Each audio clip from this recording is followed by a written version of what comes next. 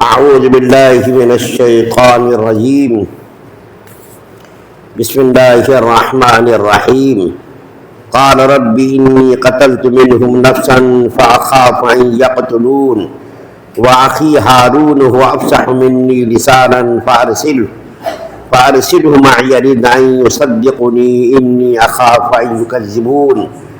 قال سنشد عضدك بأخيك ونجعل لكما سلطانا فلا يصلون إليكما بآياتنا أنتما ومن اتبعكما الغالبون۔ میرے پروردگار، موسیٰ علیہ السلام نے کہا میرے پروردگار میں نے ان کا ایک آدمی قتل کر دیا تھا، اس لیے مجھے ڈر ہے کہ وہ مجھے قتل نہ کر دیں، اور میرے بھائی ہارون علیہ السلام کی زبان مجھ سے زیادہ صاف ہے، اس لیے ان کو بھی میرے ساتھ مددگار بنا کر بھیج دیجئے کہ وہ میری تائید کریں، مجھے اندیشہ ہے کہ وہ لوگ مجھے جھٹلائیں گے۔ ارشاد ہوا ہم تمہارے بھائی کے ذریعے تمہارے ہاتھ مضبوط کیے دیتے ہیں اور تم دونوں کو ایسا دبدبا عطا کر دیتے ہیں کہ ان کو ہماری نشانیوں کی برکت سے تم پر دسترس حاصل نہیں ہوگی، تم اور تمہارے پیروکار ہی غالب رہو گے۔ سورہ قصص کی آیت نمبر 33، 34، 35 نمبر کی 3 آیات آپ کے سامنے تلاوت کی گئی ہے۔ کل آپ کے سامنے عرض کیا گیا تھا کہ حضرت موسیٰ علیہ السلام اپنے اہل کے ساتھ مدین سے مصر کے لیے تشریف لا رہے تھے۔ راستے میں رات تاریک تھی، سردی کا موسم تھا، بیوی حمل سے تھی، اسی درمیان میں بیوی کو درد ذہ شروع ہو گیا۔ تو موسیٰ علیہ السلام نے اپنی بیوی سے کہا کہ سامنے کی پہاڑی پر مجھ کو آگ نظر آ رہی ہے، میں جا کر کے اس آگ کو لے کر کے آتا ہوں اور اس آگ کے ذریعے سے گرمی حاصل کریں گے۔ اور موسیٰ علیہ السلام راستہ بھی بھٹک گئے تھے، تو یہ بھی کہا اپنی بیوی سے کہ میں آگ لے کر کے آتا ہوں اور کوئی راستہ بتانے والا مل گیا تو راستہ بھی معلوم کر کے آؤں گا۔ لیکن موسیٰ علیہ السلام جب طور پہاڑ پر گئے تو وہاں اللہ تعالیٰ نے نبوت اور رسالت سے موسیٰ علیہ السلام کو سرفراز کر دیا اور ذمہ داری دے دی کہ دیکھو تم فرعون کے پاس جاؤ، اس کو راہ راست پر لانے کی کوشش کرو، اس نے بڑی ہی سرکشی اختیار کر رکھی ہے۔ تو موسیٰ علیہ السلام نے کہا اللہ تعالیٰ سے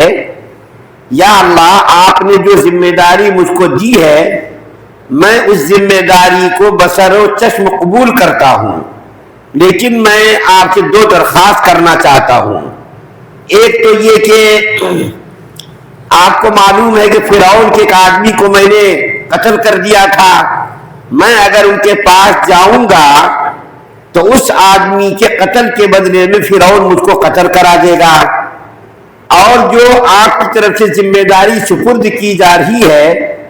اس ذمہ داری کے ادا کرنے میں مجھ سے کوتاہی ہو جائے گی۔ اور دوسری درخواست یہ ہے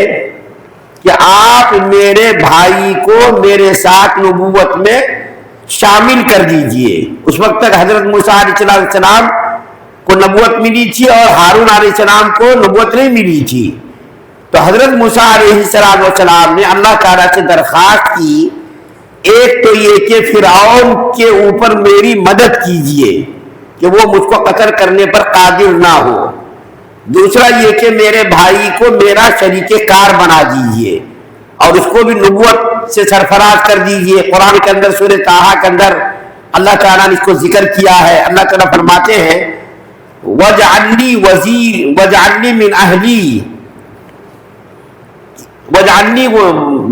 مِّنْ أَهْلِي کہ آپ میرے خاندان میں سے ہارون اخشدد بہ اذری، میرے خاندان میں سے میرے اہل میں سے ہارون علیہ السلام کو نبوت اور رسالت سے سرفراز کر کے اس کو میرا معاون بنا دیجئے،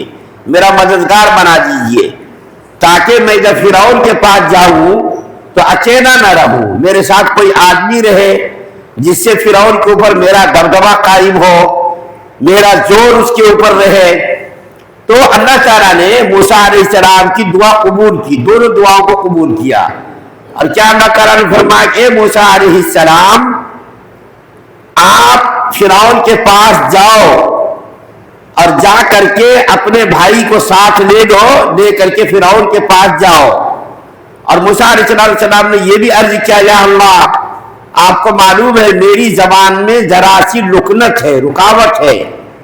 اور میرا بھائی بڑا ہی فصیح اللسان ہے، زبان آور ہے، بات کرنے میں اس کی زبان میں کوئی رکاوٹ نہیں ہے، اس کی زبان رواں ہے، آپ میرے شریک کار کر دیجئے، اس کی زبان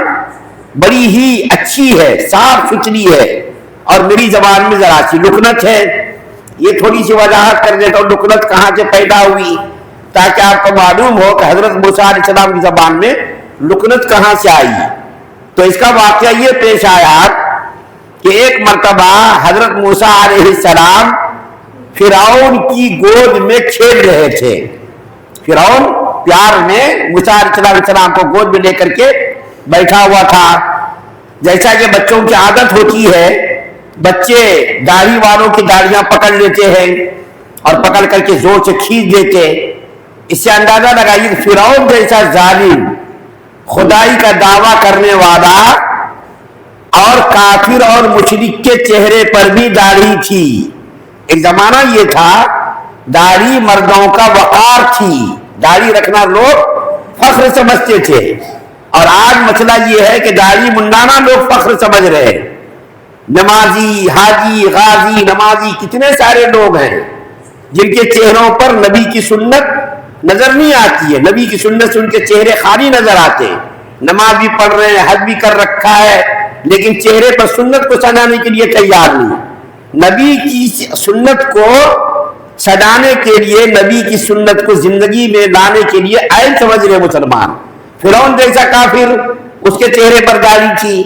جب تو موسیٰ علیہ السلام نے اس کی داڑھی پکڑ کر کے کھینچی تو اندازہ لگائیے کہ دشمن خدا اس کے چہرے پر داڑھی تھی، اور آج جو ہے نبی کا محبت کا دعوے دار، نبی کی محبت میں غرق، ڈانس کر رہے، ناچ رہے، ڈی جے بجا رہے، اور جو ہے اس کے چہرے پر داڑھی نہیں ہے۔ تو بہر کیف خلاصے کرام یہ ہے کہ موسیٰ علیہ السلام نے فرعون کی داڑھی زور سے پکڑی اور پکڑ کر کے زور سے تماچا مارا۔ ایک روایت میں آتا ہے کہ لاٹھی پڑی ہوئی تھی، اس لاٹھی سے فرعون کو مارا، تو فرعون کو بڑا غصہ آیا کہ یہ بچہ اتنی چھوٹی عمر میں میری داڑھی پکڑ کر کے اس نے تماچا مارا اور لکڑی لے کر کے مجھ کو مارا، اس کا مطلب یہ ہے کہ آگے چل کر کے یہ بچہ میرا دشمن ہونے والا۔ تو فرعون نے اس کو قتل کرنے کا ارادہ کیا۔ تو حضرت آسیہ جو تھی اس وقت بیٹھی ہوئی،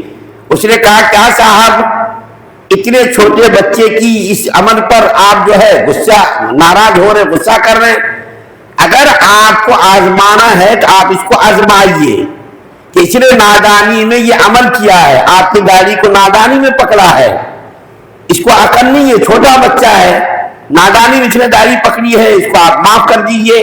اور اگر اس کو آزمانا چاہتے ہیں نادانی میں اس نے کیا یا جان بوجھ کر کیا، تو ایک برتن میں آپ آگ کو رکھ دیجئے، دوسرے برتن میں آپ ہیرے جواہرات رکھ دیجئے، اور آپ یہ دیکھیے کہ اس کا ہاتھ ہیرے جواہرات کی برتن کی طرف جاتا ہے یا آگ کے انگارے کے برتن کی طرف جاتا ہے، اسی سے اندازہ ہو جائے گا۔ چنانچہ کتاب کے اندر لکھا ہے کہ آگ کا انگارہ ایک برتن میں رکھا گیا اور ایک برتن میں ہیرے جواہرات رکھے گئے۔ موسیٰ علیہ السلام نے ہیرے جواہرات کی طرف ہاتھ بڑھانا چاہا تو حضرت جبریل علیہ السلام آئے اور آ کر کے حضرت موسیٰ علیہ السلام کے ہاتھ کو آگ میں ڈال دیا، اور موسیٰ علیہ السلام نے اس آگ کے انگارے کو منہ میں رکھ لیا، جس کی وجہ سے موسیٰ علیہ السلام کی زبان جل گئی۔ اسی وقت سے موسیٰ علیہ السلام کی زبان میں تھوڑی سی لکنت پیدا ہو گئی، تھوڑی سی